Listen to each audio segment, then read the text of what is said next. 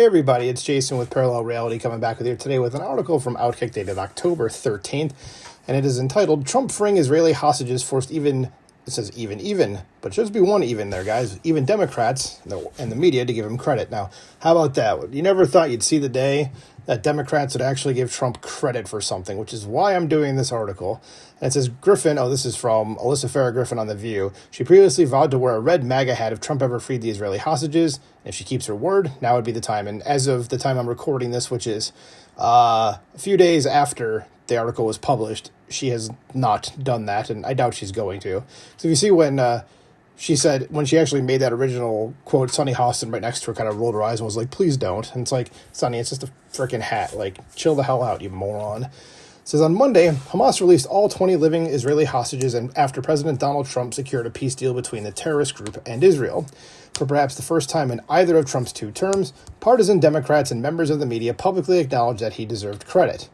It says, if you can't give Donald Trump credit for what he did on Hamas and Israel, you are a totally blind partisan, said former CNN journalist, longtime Trump critic Chris Chaliza.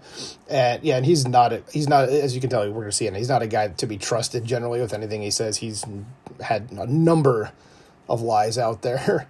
But why is it just this war? What about all the other wars that Trump has helped stop? Like the Rwanda one or whatever was going on there that was going on or the Congo or whatever it was for like 30 years. Like, no one ever gave him really credit for that, you know? What about the Azerbaijan and Armenia one? Like, still nothing. Anyway, it says presidential historian and former Biden speechwriter John Meacham agreed, calling it a terrific day for Trump and for the hostage families. So we can go on and on about the various chapters, but we should make no mistake about this. This is a victory for President Trump and for those who wish that we can govern ourselves at home and around the world, not simply by brute force, but by ideas and civilized norms, Meacham said during an appearance on MSNBC's Morning Joe on Monday. Even the hosts of The View struggled to find a negative angle, which you know they were trying to do. There's Alyssa Farah Griffin, who presents herself as a conservative but frequently nods along with her liberal co-hosts, said, and it's amazing what money will do, what a lot of money will do when they throw it at you, completely change your attitude towards things. Says, listen, whether you like Trump or not, I think he, Steve Witkoff, and Jared Kushner do deserve credit for this deal. Sorry, bout of the hiccups. They personally met with Hamas. I used to believe we shouldn't negotiate with terrorists, but sometimes the only way to get peace is to sit down with some of the most evil people and figure out how to end the bloodshed. So thank God, I pray this peace holds, Griffin said. Says Griffin previously vowed to wear a red MAGA hat if Trump ever freed the Israeli hostages, as I said at the very beginning, and if she keeps her word, now would be the time, which, yes, this certainly would be, and here's the actual video of her saying that, and the whole article is going to be linked below, so you can go ahead and pull up the article and check this for yourself.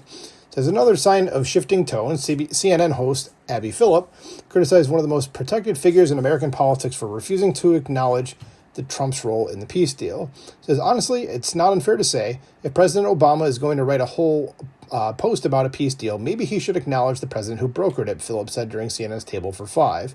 Yeah, so good on Abby Phillip for that. Says, be careful, Abby. We aren't sure if MS Now is hiring. That's MS Now is MSNBC's, or what they're going to be rebranding to shortly, because they're being spun off of NBC. Anywho, it says, even the two Democrats who Trump defeated for the presidency could not deny his achievement. It says, I really commend President Trump and his administration, as well as Arab leaders in the region, for committing to the 20-point plan and seeing a path forward for what's often called the day after, Hillary Clinton told CBS's Norah O'Donnell on Friday. It took her a few deep breaths, but Vice President Kamala Harris eventually echoed similar sentiments. She said, I don't think we should hold any credit where it's due. I really do hope it becomes real, that the hostages are out, that Gaza is no longer being treated with such brutality of force, that aid goes in. Let's not talk about the force that, they use against Israel, but whatever. And you know what? They deserved what they got. Okay, that was the FO part of the FAFO equation. It says, and I commend the people who have been a part of this process. I commend the Qataris, the Egyptians, and the president, Harris told MSNBC. The Qataris, who were basically the financiers of Hamas, and the Egyptians, who are probably helping them too. Okay, whatever. She remains the dumbest presidential candidate of all time. Says, of course, the brief acknowledgement from Democrats and the media will likely give way to further or familiar partisanship by this time next week, which, yeah, probably will. Says, however, the significance of this achievement cannot be overstated. The peace deal represents one of the most consequential foreign policy victories of this generation. If it holds, bringing peace to the Middle East will stand as a defining accomplishment in Trump's legacy. Anyone attempting to diminish that reality forfeits credibility. As the deal also serves as a definitive rejection of the reckless, dishonest, and inflammatory comparisons between Trump and certain funny mustache German guy from the 1930s and 40s that dominated political discourse for years.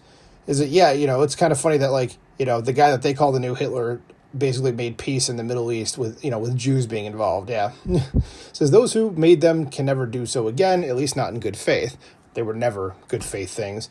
So attention now turns to the more radical members of the Democratic Party who have yet to acknowledge the peace agreement in the conflict they have spent years exploiting for political gain. And referring to Rashida Tlaib, Alexandria Ocasio-Cortez, and Zoran Mamdani, none of whom have commented as of publication. I think Zoran Mamdani did, but he completely left out anything about Jews or Israel in there. He's just like, yeah, good on this peace deal. Just being an ass. And sorry, New York, but you're in for a whole lot of trouble when that dude takes over. So just letting you know that. So we'll leave it here. So that is it. So I'm glad to see that Democrats maybe actually can look past how they feel about Trump and go, yep, you know what? He ain't so bad after all, and you can give him credit, because credit is due where it's due here. So let me know what you think about this in the comments below. Please like, share, and subscribe, and I will talk to you soon. Bye.